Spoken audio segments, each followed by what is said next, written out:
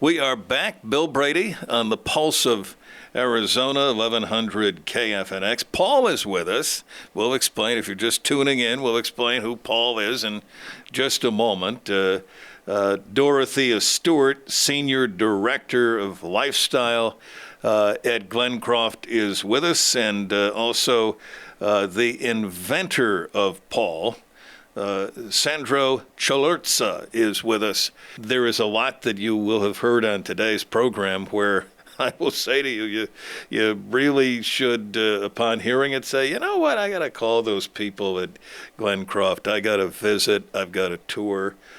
Whether it is for you yourself or whether it's for mom, dad, or somebody who is a senior in your life. Dorothea, when people come here, they tour, you talk about the Paul device. What is the reaction that they have to it? Do they realize how unique it is for Glencroft to be able to offer this? Yes, they do. A lot of our residents give us positive feedback regarding it. At first, the biggest concern is the privacy, but Paul doesn't record or have the audio. So once our residents have adjusted and learned that, as well as their family, they enjoy Paul. They like the education behind it. They like that it updates us when their loved ones are having a change of condition. We get monthly reports, so that also help, where we get what's called Thrive reports, and those reports will tell us who's starting to decline. So it gives us a jump start to be able to reach out to their primary care physicians to figure out what's going on with our residents instead of waiting until they're already on the floor. What are you able to do? Now, you talk to their primary care physician, but what can you do for somebody? We use the example of somebody who's here a couple of years. Mm-hmm. When they got here, everything was fine. And then after a couple of years, there are plateaus in terms of the aging process, that after a couple of years, maybe they've lost a little flexibility, we'll say. You talk to their primary care physician, but what can you do at that point to help make an adjustment? We also make environmental changes. So if we're realizing that one of our residents are having trouble getting from their bedroom to their living room or to and from their bathroom, then we can adjust their service plan and, hey, I know you think you're still pretty independent, but we're going to put someone in there to help you. And that way, that also alleviates having that fall by having a caregiver that is there with them. We lower beds if we realize that they're struggling to get in and out of bed. Add grab bars. So we can do a lot with the information that Paul gives us. Oh, that's important, because people don't want to admit that they're losing capacity, but they also don't want the consequences of a fall and broken bones and hips and things like that. Sandro, let me go back and ask a little bit more about the Paul device. So Paul is a device that is placed in the apartment of somebody here at Glencroft. It detects motion, but beyond motion. It detects how somebody is moving relative to their vulnerability to falling. Did I capture that correctly? Yes, this is a good summarization, that this radar technology, which is based on radio waves, allows to make a really sophisticated analysis of these motion patterns. So let's say a resident is in bed. Yes. And they get up. I've noticed, I'm 25, but I've aged rapidly. Trying to get a laugh out of Dorothea. Dorothea saying right now? Yeah, right.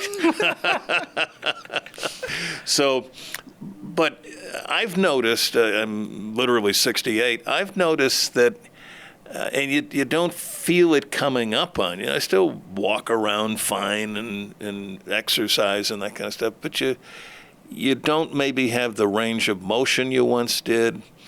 You don't necessarily have the flexibility, something that I could do 10, 15 years ago. I'll try to do it. I said, nope, I'm going to fall. So the Paul device is monitoring not just motion, but the nature of that motion. Yes. So how do you feedback? I know Dorothea said they'll get the reports and go back to the primary physician, for instance. But how is the machine taking all of this into its memory? So if I get the question right, what Paul does is he measures that 24/7 real time in all of these apartments. Yeah. And Dorothea mentioned they have different kind of reports. That's one part of the value they get. But it's as well, she mentioned the example of the staff members being able to be present with some of their residents. And what Paul does is he helps to spot those high-risk residents before they fell, and automatically triage and notify staff members for those high-risk individuals. For example, let's say it's 2 a.m. at night, 2 a.m. in the morning. And somebody which doesn't like to wear a pendant because they don't like to have a pendant or a bracelet because that's not comfortable. And they don't like to have nighttime checks every 2 hours because they accidentally get woken up by staff. And everybody has the best intention, but it's their home, right? Mm-hmm. What Paul is able to do is when such a person has an elevated risk of falling on any given day, he's able to notify staff members when somebody is awaking at night and getting out of the bed and having an elevated risk of falling. Per definition, they need to be awake to get out of bed. So Paul is really smart and will then notify staff members like, hey, Sandro is up and about. It would be really valuable when that staff members could be present and help to ambulate at night. So Paul allows their staff members to be with the right resident in the right moment in time. And this is as well where a lot of the positive feedback is coming from residents because it feels like magic. Suddenly, somebody shows up in the right moment in time to assist. And this is one of the many pieces which lowers the likelihood that somebody has a fall in the first place because the staff members are empowered to be present with the right resident. And that's the whole system together with the reports, changes in conditions as mentioned, if somebody's thriving or declining. And all of that is like a systematic program. So they are the heroes. It's not Paul. Paul is just an assistant. Paul helps their staff members with information to be proactive. They are the ones showing up. They are the ones which connect the dots because they know their residents best. But Paul can be valuable by providing otherwise unknown facts and figures and information about those individuals. Now, I sense Dorothy, you can wink at me if you think this is the case. I think Dorothea is here today, sent by senior management to watch me, because they know that I ask embarrassing questions. So, but this is a serious one.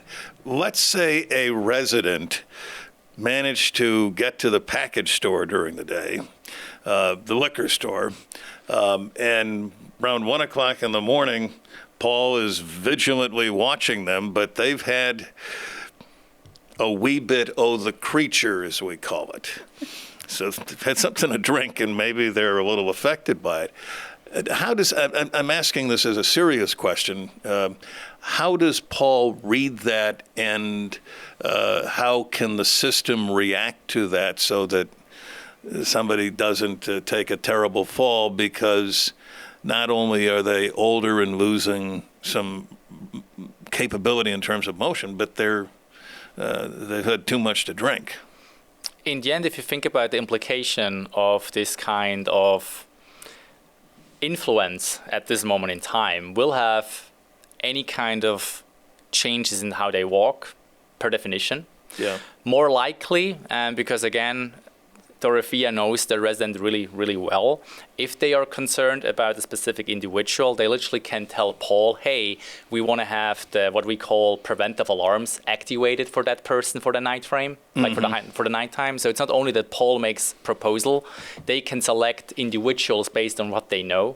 So I'm pretty certain they will be the ones which have already selected that individual where they are concerned, that they maybe have a little bit of adventures at night. Yes. Where they want to have some additional supervision and assistance by Paul, and Paul will notify them as soon as the person is getting awake at night and starts to getting out of bed. So at least they have the awareness that this person is on the move, that they can make sure they stay safe, whatever choice they make. Well, and that's an important thing. I always look for things that I can have a little fun with, but the reality of it is that kind of thing could happen, and being able to program in on a case-by-case basis. The additional alerts is important because ultimately it's resident safety that is the important thing. A question. You have had this for 7 years, is it now? It's now been at Glencroft for a year and a half. Let me ask a Dorothea question. Dorothea, how would you say at this point, how well has it worked? I would say it's worked a lot better than what I expected. It has been beneficial to us and our campus and our residents. Like the example that you gave, it will alert us if Bobby is always sleeping, all of a sudden Bobby is up and stumbling in the middle of the night. My staff can go in there to assist him during that. So that helps us a tremendous amount. And that's so I love the program. And that's a real-time alert. Yes. Sandro, as you look at the product that you've invented, I remember saying a long time ago, how could things get any more involved than a PC and a basic cell phone? Well, they have. So the question I would have for you, where do you see Paul, the device, developing in future years with more capability?